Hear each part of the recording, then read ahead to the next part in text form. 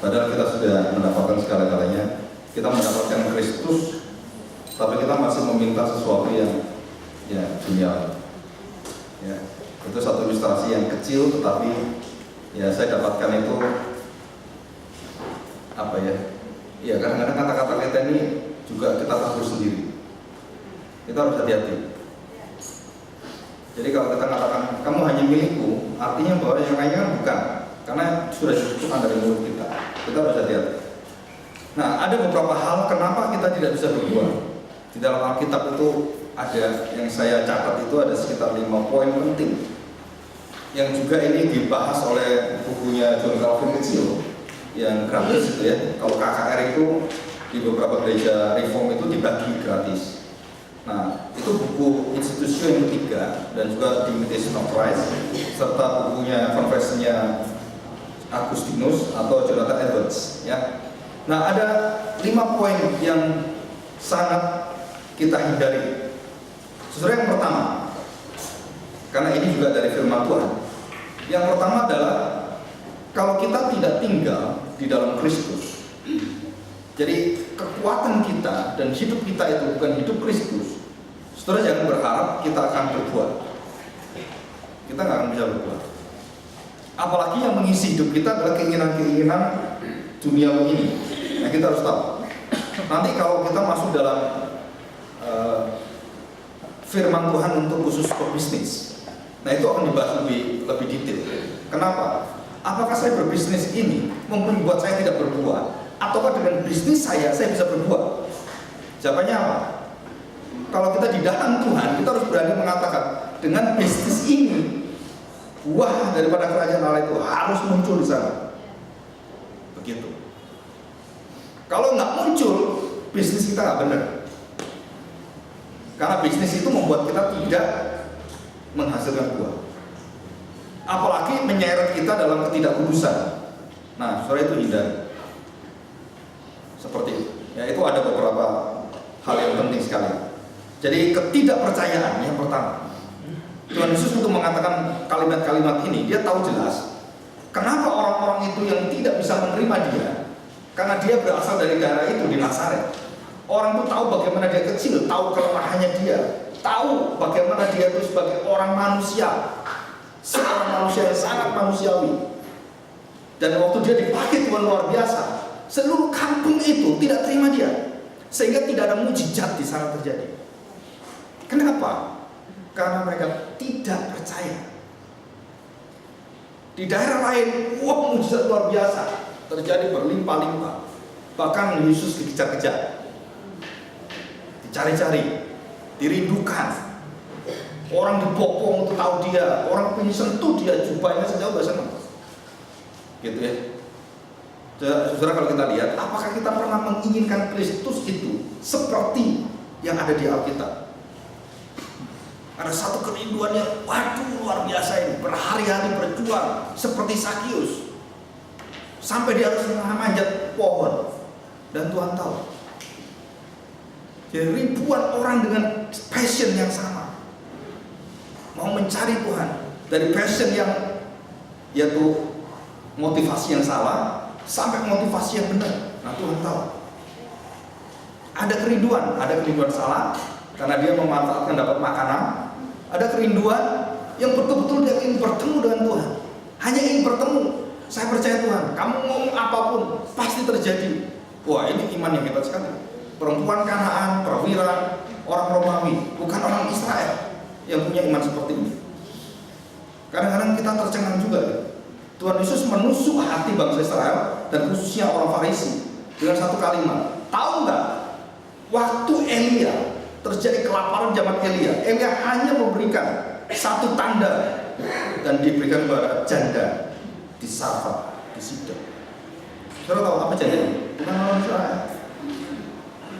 Waktu Elisa, semua orang lepra di sana yang ada di Israel tidak disembuhkan oleh Tuhan. Hanya Naaman yang bukan orang Israel itu Tuhan sembuhkan. Wah, marah itu. Jadi kalau saya ngomong begini ya, saya ngomong seperti ini.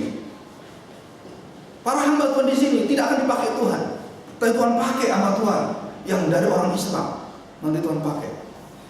Wah, hamba Tuhan marah, kurang ajar Pak. Udah ikut di dalam pelayanan, bantu orang lain, orang penjahat lagi, orang-orang pendosa seperti itu, nggak bisa. Kenapa nggak bisa? Bagaimana mungkin, saya kan pendeta, itu kan orang berdosa, kenapa pakai itu Pak? Tertusuk hati, nggak seperti itu perasaan. Jadi cara kerja Tuhan itu luar biasa. Kita nggak bisa mendikte Tuhan. Ya, imam besar yang luar biasa tuh nggak ada berani ngomong. Jangan imam besar di situ ya. Kadang-kadang orang atau saya aja takut gitu kan. Itu segan atau gimana. Nggak ada yang berani ngomong kepada Eli. Tuhan pakai Samuel yang kecil, anak bawang. Bisa nggak dipakai Tuhan? Bisa. Burung gagak dipakai bisa nggak? Bisa. Ikan yang besar dipakai Tuhan bisa nggak? Bisa. Untuk memproses binus. Cara Tuhan aja. Nah, seluruh hidup kita harus tahu, ketidakpercayaan itu harus kita buang. Ya, di hadapan Tuhan. Yang kedua, saudara, hidup dalam kedagingan. Daging kita ini punya satu hukum yang selalu melawan hukum roh. Hukum apa itu?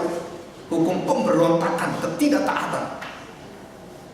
Jadi firman Tuhan itu jelas kita tahu, iya Pak, menyangkal diri betul Pak. Tapi daging saya nggak bisa Pak. Itu artinya ketidaktaatan. Dia tahu betul kalau dia melangkah itu akan ada jalan dari Tuhan. Tapi dagingnya lemah. Dia nggak bisa Pak, nggak bisa. Saudara terpuruk. Orang seperti ini diikat oleh narkoba, diikat oleh nafsu yang membuat dia adiktif, baik rokok, baik banyak hal gitu ya, sampai pada seks semua. Orang berzina, orang melakukan mabuk semua. Itu daging dia, itu berkuasa. Bisa nggak dia melawan itu? Saya percaya bisa. Apa sih susahnya Tuhan membuka Laut Merah dengan membuka hati orang ini? Susahnya apa? Kalau kita ngomong, lebih susah buka hati orang daripada buka Laut Merah. Betul nggak? Karena daging kita itu lebih berkuasa. Tuhan mengatakan kalimat ini, Paulus juga sama. Ya, daging itu lemah, roh itu penuh. Itu kan alasan kita kan. Kalau kita kalah dulu, Bapak kan tahu, roh itu nurut, tapi daging kita lemah. Ya itu, ya Tuhan mengatakan dasar manusia. Gitu kan. Yang ketiga sekarang, ya, saudara, kita tidak pernah tuntas. Artinya tidak pernah mengatakan tete lestai. Kemarin waktu di mana? Di Surabaya, saudara, ada satu naratif teologi yang dijelaskan oleh Leonard Swift. Ya. Saya masih ingat waktu kelas naratif teologi pertama kali di Amerika lagi booming teologi narasi. Itu akhirnya memberitahukan. Nah, saudara tahu bahwa Yesus waktu mati di kayu salib, waktu dia mengatakan Eli, Eli lama sabachthani sampai sudah selesai, itu adalah pujian. Semua perkataan Tuhan Yesus di kayu salib itu himne, kesakitan yang merupakan pujian. Saudara, selama ini kita belum pernah bahas ini. Ya. Jadi ada satu kekuatan yang luar biasa. Nah, hanya diambil sudah selesai. Nah, beberapa penafsir mengatakan bahwa itu merupakan pujian Mazmur 22. Kemarin kita disuruh baca, sudah berdiri ya. Kita yang menuju Surabaya itu kan tahu. Dan dia ungkapkan itu dengan perasaannya, membaca itu. Dan kemudian terakhir pada pasal 22 itu akhir katakan sudah selesai. Wah, kita dapat gambarannya lebih luas, lebih hidup, lebih perasaannya lebih masuk di dalam. Dan kita lebih kena itu hati kita daripada kita katakan sudah selesai. Eli, Eli nama sabachthani, gitu kan? Padahal itu cerita satu pujian, satu penyembahan, satu lagu penyembahan. Nah, kita nggak dapat. Nah, kalau kita dapat, saudara, jadi Yesus itu selalu sempurna selesaikan. Kita selalu kehilangan kasih melawan. Semangat di depan, begitu berjalan, mimpi di belakang, melempem, layu. Kenapa bisa seperti ini? Ya, kenapa tidak semudah seperti ini? Jawabannya, karena kita tidak memiliki. Saudara baca dalam Petrus, kenapa harus ada ketekunan? Karena kita tidak tahan uji. Diuji sedikit, kena ini, ke gereja, sopirnya nggak datang, nggak tahan uji. Kalau kita menjadi jemaat, nanti tahun 2020 tidak ada jemputan di Gloria, wah mantap ini, ya kan? Kita menjadi jemaat yang berbuah di hadapan Tuhan, tapi jemputi jemaat yang lain, luar biasa. Bukan dijemput, tapi jemput jemaat. Bisa nggak itu? Amin, itu kan? Kalau nggak,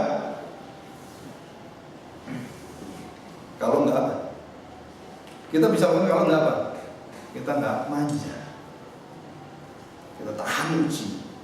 Saudara perhatikan ya, semua anak sekolah minggu, kita lihat dari anak kita tahu punya karakter yang luar biasa, punya ketekunan, kita akan tahu. Waktu itu kita lihat, nah anak-anak inilah nanti yang dipakai Tuhan luar biasa. Walaupun kita tahu Tuhan bisa berkuasa mengubati orang, tetapi bibit-bibit itu ada di sana. Ada di sana. Jika mata kita melihat apa yang Tuhan lihat, kita lihat anak sekolah minggu, wah ini baik, dia punya ini. Nah kita harus arahkan kesungguhan hatinya, terus ketegasannya. Nah ini pemimpin, wah ini tegas ini. Wah ini pemimpin bagus ini, kenapa? Ini cocok untuk public relation, kenapa? Sukanya senyum-senyum dari kecil. Nah gitu kan, luar biasa di Tuhan. Ya. Yang keempat, saudara perhatikan, ketidaknyamanan atau ketidakcukupan itu memandulkan. Murid Tuhan Yesus bertanya pada Tuhan, kenapa kamu nggak bisa lakukan itu? Kenapa tidak mujizat? Tambahkan dong iman saya. Berikan saya kekuatan. Kalau saya iman saya 20%, kasih 20% lagi atau 80%. Iman saya 100. Nah, saya mampu mengerjakan pekerjaan itu. Manusia sering mengatakan ketidakcukupan, kurang secure, kurang dijamin.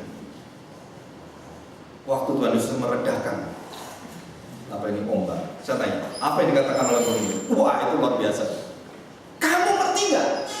Kita binasa. Saya tanya, mereka habis lihat apa sih? Habis lihat bagaimana Tuhan Yesus membuat mujizat itu banyak. Tapi di tengah laut, diombang-ambingkan seperti itu, mereka takut mati. Nggak nyaman mereka. Tidak cukup itu. Yesus tidur, wah marah dia. Tuhan kenapa kamu diam? Nah, kita kan gitu kan. Untungnya Tuhan kita tuh baik sekali. Kita dablek seperti ini, Tuhan masih sabar.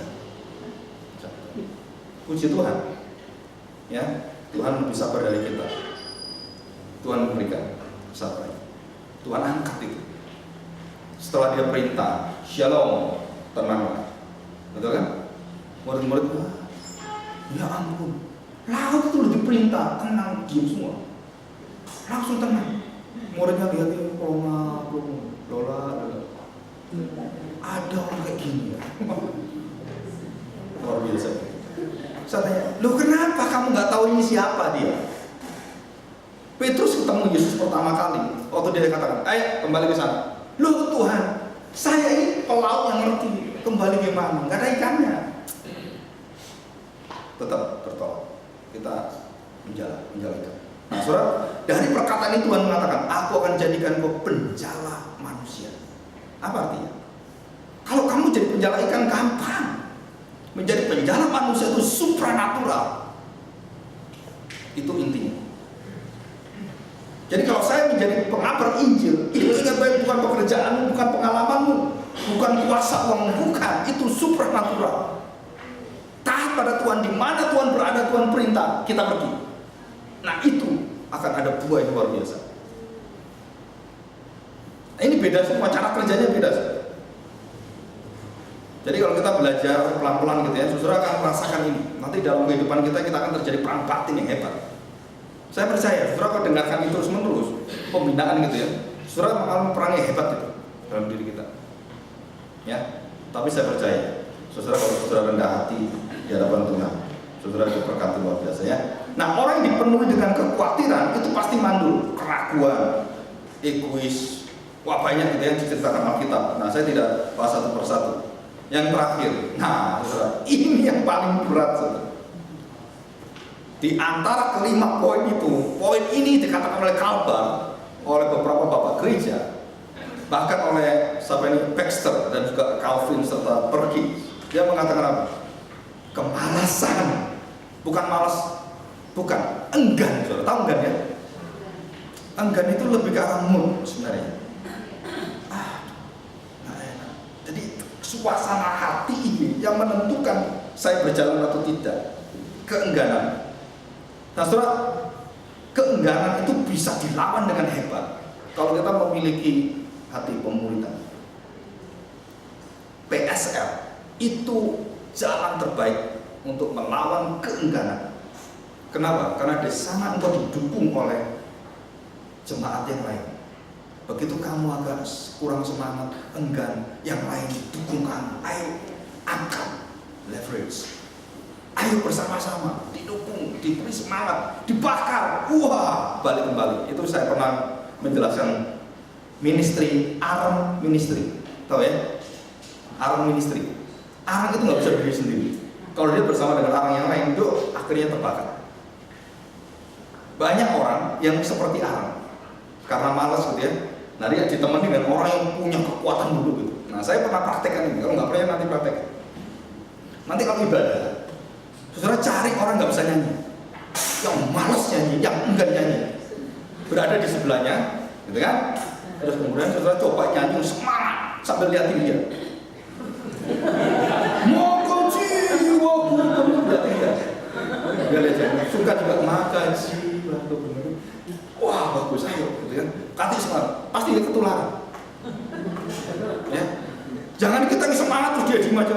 Aduh, kok gini? Ketularan, malas ya, waduh, celaka. Itu bukan teologi arang, teologi gunung es. Tambah lama tambah dingin. Wah nggak boleh ini. Saya dengar terakhir kemarin, katanya di ibadah itu malam kudus misinya. Gitu ya.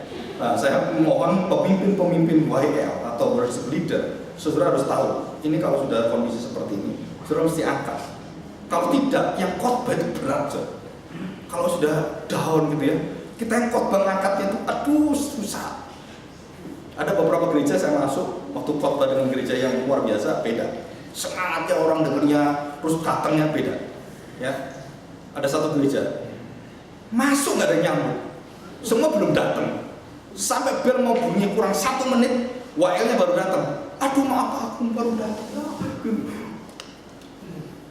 Berdoa. Saya batin, aduh puji Tuhannya, gloria lebih baik. Puji Tuhan tapi berbangga diri. Pemain begitu mau berjalan gitu, aduh Pak kenapa? Pianisnya belum datang Pak, aduh gimana? Akapela. Pak suara saya fals. Saya bisa nyanyi karena didukung piano. Waduh, gimana ini gitu kan? 5 menit kemudian piano datang. Sama juga, terkokok-kokok. Saya tanya, bisa nggak ibadah dengan hati yang luar biasa kepada Tuhan? Nggak bisa. Kenapa? Karena kita enggan, tidak mempersiapkan. Artinya kemalasan itu adalah salah satunya. Kita tidak memikirkan sebelum itu terjadi. Saudara memikirkan. Siapkan hati. Keengganan itu karena tidak ada pemuritan, tidak ada kesiapan hati. Nah, saudara, itu membuat kita hidup susah untuk berbuat. Ya, di situ. Oke. Nah, saudara ini ya. Kita akan tutup ini ya. Biji gandum itu ditanam, bukan dikubur. Ya, iman kita ditanam oleh Tuhan, bukan dikubur. Iblis maunya mengubur iman kita supaya busuk, rusak, hancur. Tapi Tuhan tidak. Tuhan apa? Menanam imanmu supaya dia tumbuh, naik, dan kemudian tembus dan menjadi pohon. Itu maksud.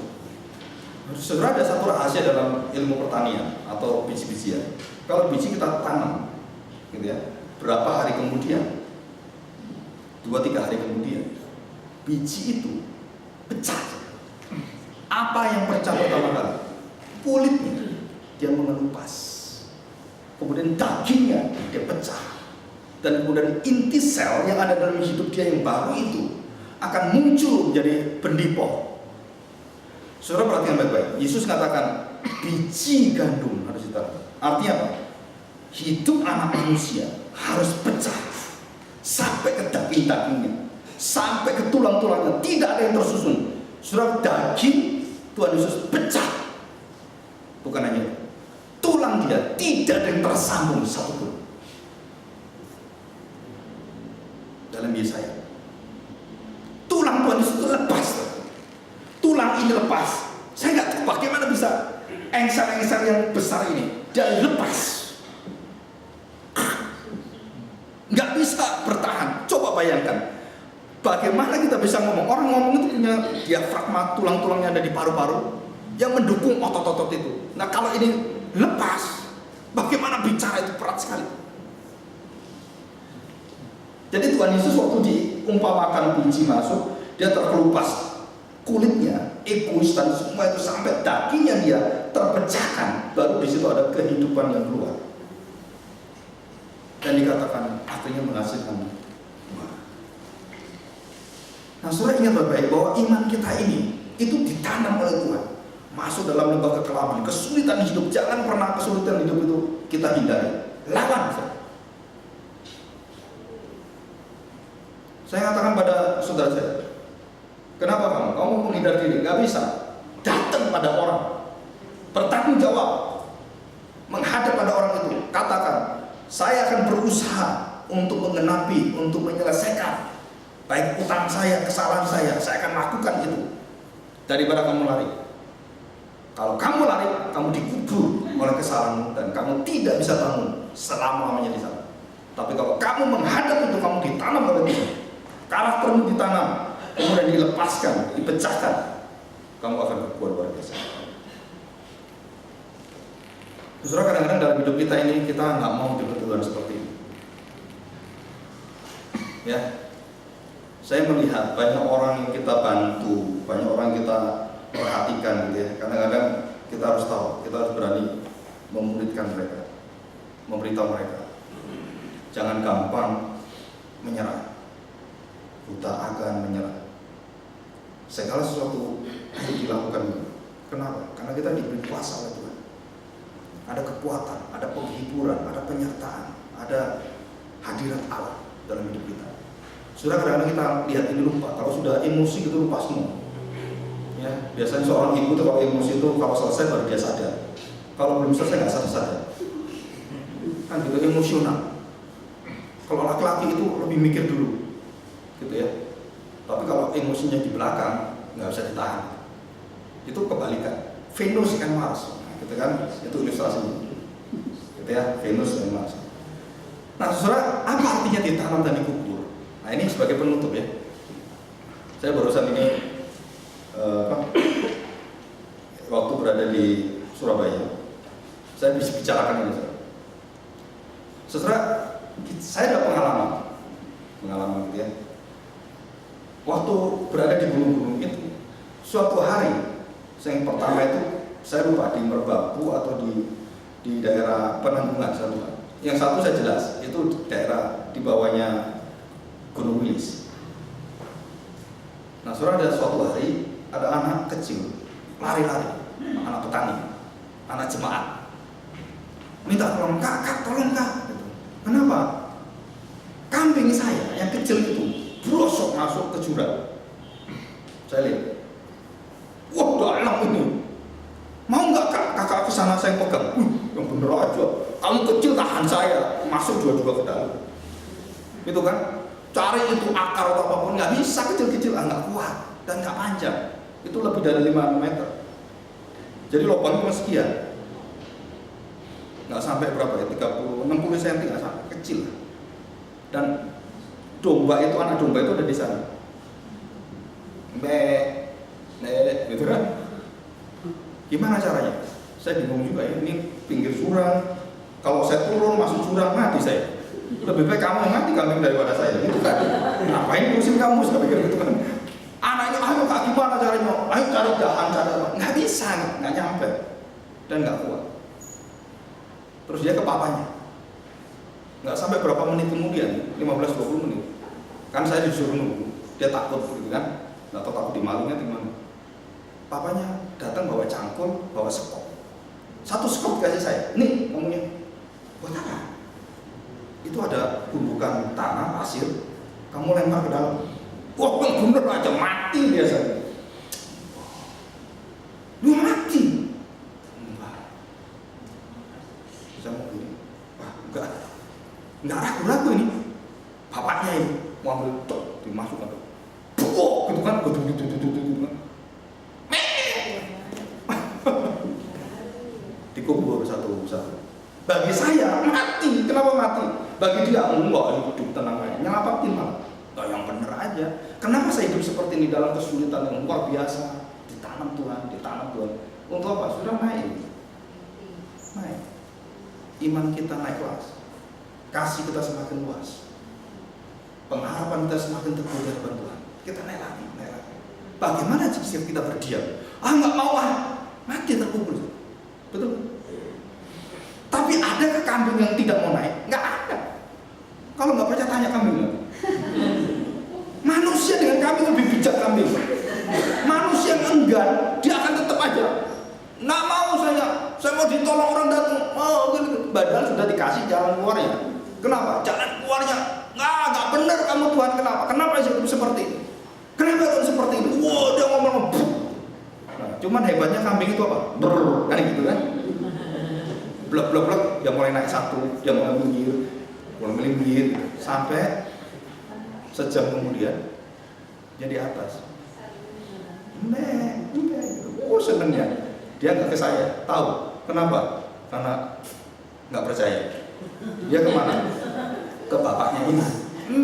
Kok tahu gitu kan? Ini kambing mau ngajar juga. Nah, saudara, kadang-kadang hidup kita seperti ini. Kalau kita mau berbuat, sudah siap untuk ditimbun.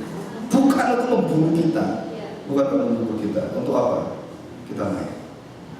Abraham dinaikkan Tuhan dengan ujian pencobaan yang luar biasa. Saudara, mari kita berdoa. Ya. Minta Pak Andreas meninggal dulu.